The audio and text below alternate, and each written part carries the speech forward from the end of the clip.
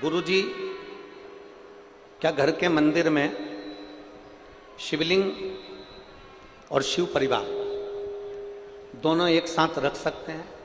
शंकर भगवान की मूर्ति नहीं, शंकर भगवान का शिवलिंग होना चाहिए। क्या होना चाहिए? शिवलिंग। और शिवलिंग है, और कई लोग कहते हैं गुरुजी अब हमारे पास में शिवलिंग है तो क्या नंदी भी रखना जरूरी है? तो शिव महापुराण की कथा कहती है घर के अंदर शिवलिंग अगर रखा हुआ है, घर के अंदर शिवलिंग अगर रखा हुआ है तो नंदी हो तो ठीक, नहीं हो तो आप और हम जब बाबा को रोज प्रणाम करते हैं तो हम भी नंदी से कम नहीं होते हैं। हम भी नंदी से, आप और हम बाबा को प्रणाम कर रहे हैं तो आप भी और हम भी शिव के उपासक हैं। अब कहा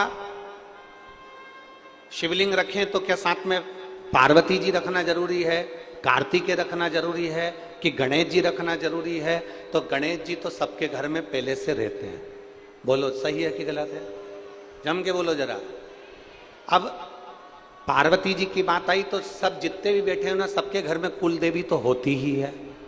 माता जी का फोटो होगा, माता जी का चित्र होगा, कुछ ना कुछ माता का स्मरण होगा।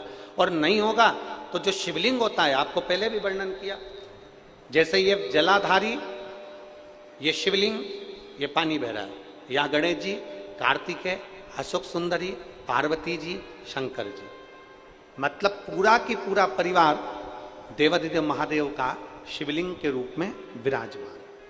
अब अगला प्रश्न आता है, क्या घर के मंदिर में पीतल का शिवलिंग रखना उचित है कि नहीं है? किसी धातु का शिवलिंग या किसी पदार्थ का शिवलिंग रखना उचित है कि नहीं है?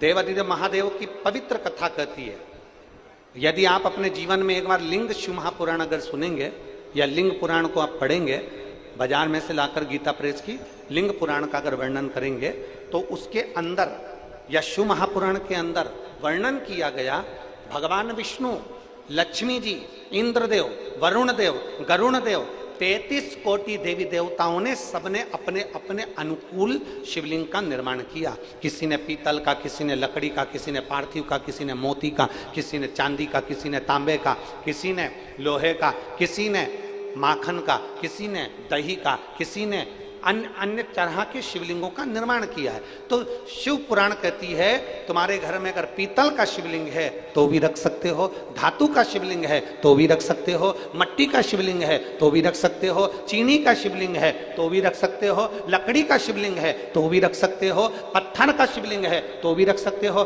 पारद का शिवलिंग है तो भी रख सकते हो, स्फाटिक का शिवलिंग है तो भी रख सकते हो। तुम्हारे पास में जैसा शिवलिंग है वैसे तुम पूजन करो, मेरा महादेव उसमें भी प्रकट होकर भाव से स्वीकार करो।